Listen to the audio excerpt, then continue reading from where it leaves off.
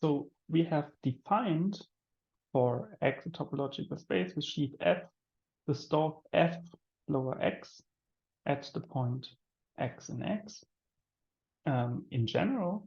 And now we can ask the question, when X is an affine variety, what is this stalk, which we denoted like this, at a given point? And intuitively, the stalk gives us kind of local sections around the point that we consider. So intuitively, the stalk here should be regular functions, so g divided by f, that makes sense in a neighborhood of the point A in X, which in other means they should satisfy that f of A is non-zero. And this will indeed be true. And to formulate the result mathematically, let's recall from commutative algebra a second variant of localization, namely localization at prime ideals. So in this setting, R is a ring and P is a prime ideal in R. And then we get a multiplicative set SP just by taking the complement of P in R. And this is multiplicative because if you have two elements of R not in P, then their product is also not in P. And to prove this, you just take the negation on both sides, and then you get the defining property of prime ideals, that if the product of two things is in the prime ideal, then one of them has to be in the prime ideal. Okay, so we have this multiplicative set from a prime ideal, and then we denote by R lower P the localization of R at this set. And then the one crucial lemma is that, well, you can consider the map pi from R to RP, which just sends any element to its equivalence class here, divided by 1. And the claim is that for this map pi, you can look at a certain bijection, namely the prime ideals Q in RP in the localization are in bijection with the prime ideals Q prime in R, which are contained in P. And the claim is if you send Q to just its pre-image under this map, this certainly gives a prime ideal and it happens to be contained in P, then this is one direction of this bijection, and in the other direction is you send Q prime to Q prime times RP. This gives you the opposite direction. And the claim is that these are inclusion-preserving bijections, which are inverse to each other. And that's a general statement from commutative algebra. And from that, you immediately see that this RP is a local ring, which means it has a unique maximal ideal. And that unique maximal ideal is given by P times RP. And for that, you just have to observe that this set here on the right, the prime ideals contained in P, they have a maximal element, namely Q prime equals to P. And that element is unique. And therefore, you also have a unique maximal prime ideal on the other side. Okay, that was a bit of recollection from commutative algebra. And now we can formulate our statement about affine varieties.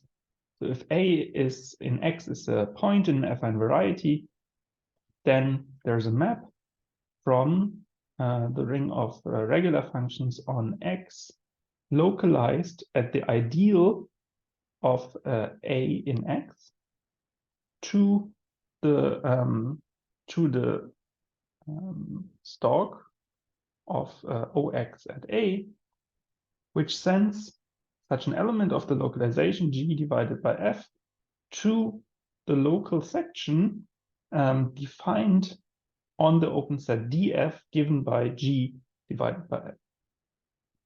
And here we note that since F is not in this ideal here, the F of A is not 0, and therefore this indeed makes sense. So this is, the claim is that this map here is an isomorphism, so it calculates this stalk here. And then in particular, it means that OX of A is just given by the equivalent classes of these functions G divided by F, where these are functions on X such that f of a is non-zero. And as a consequence of the lemma that we had above, we also see that OXA is a local ring, and then the unique maximal ideal, if you look at this, well, it should be given by the ideal times the localization. So in other words, we localized here at ix of a, and that just means that the kind of functions that we allow here are of the form g divided by f, where again fg are an ax, but then the fact that we multiply or with functions in ix of a means that g is in this ideal, so g of a is 0, whereas the denominator, this should be non-zero at this point. Still, that's the condition that we have here. And we can also identify this as just those equivalence classes of sections such that that phi vanishes actually at the point A. Okay.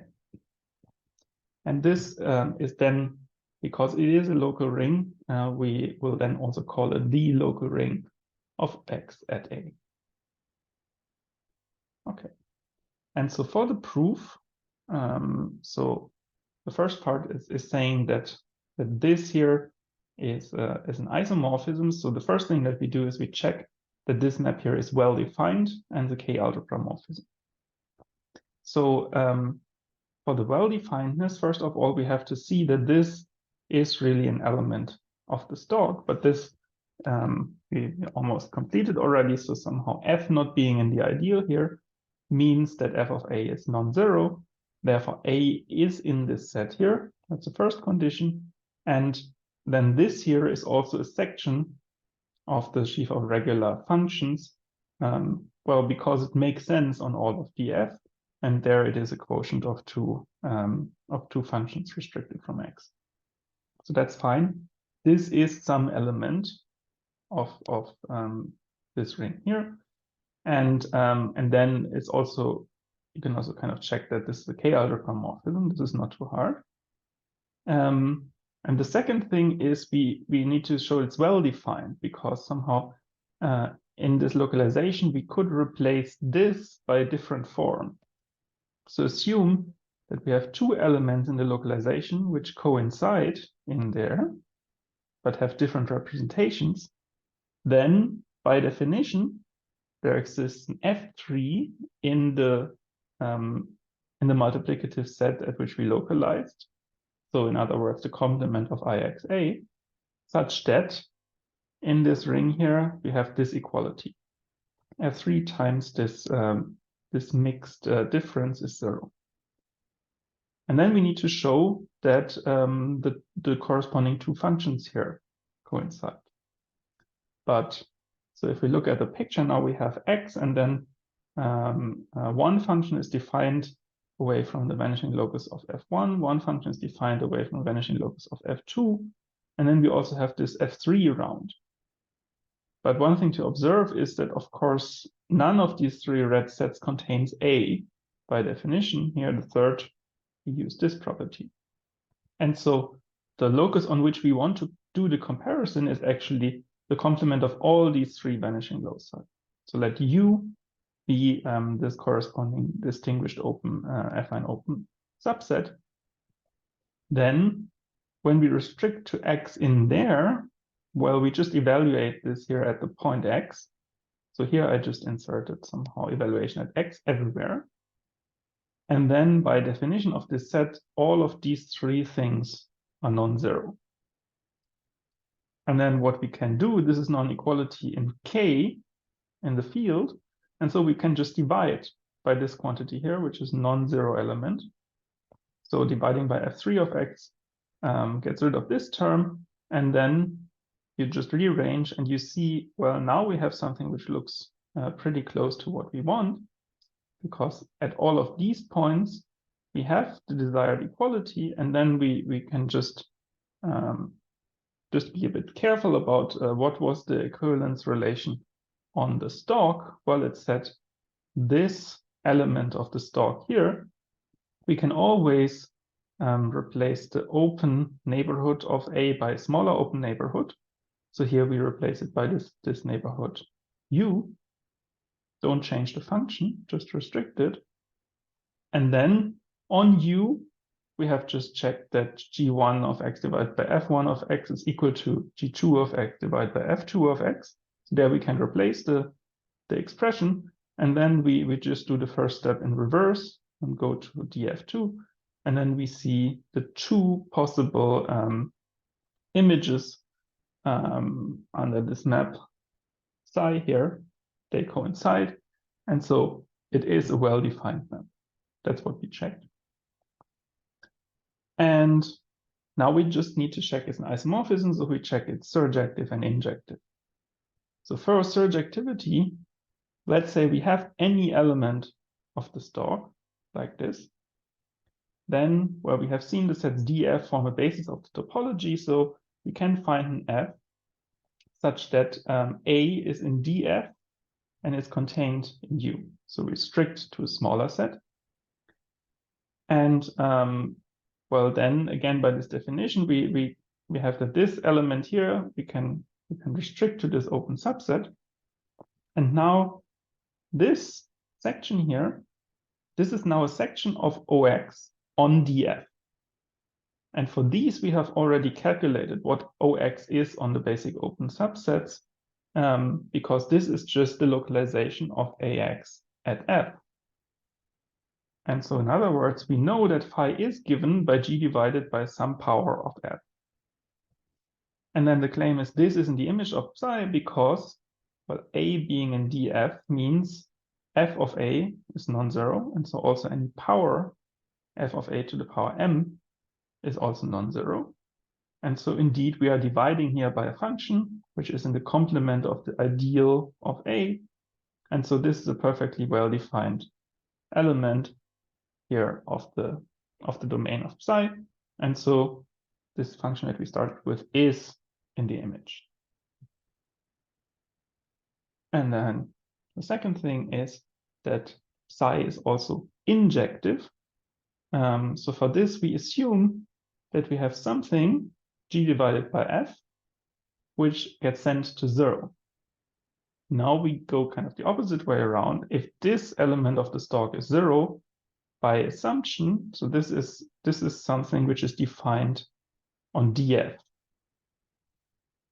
By assumption, this thing is 0 if and only if we can restrict it to a smaller open set U, still containing A, such that this function here vanishes on U. So it is 0. And then, well, we can shrink it even further. We can find some distinguished open DH, certainly which is contained in U containing A. On that, it must still vanish. So somehow there is H in here, that this function also vanishes on DH. And now this is the section in OX of DH. And then again, we use the proposition and this is the localization here. And now we're in business because now we can see, well, this is 0 in the localization by definition if, well, some power of H times G is equal to 0 in AX. But, well, again, H doesn't vanish at A. And so H to the M also doesn't vanish at A. So this is in the thing that we're localizing at. And so this equality here then also shows that G divided by F is 0 in this localization. And this concludes the proof. We have shown surjectivity and injectivity. And so we have uniquely calculated the stalk of OX at a point A.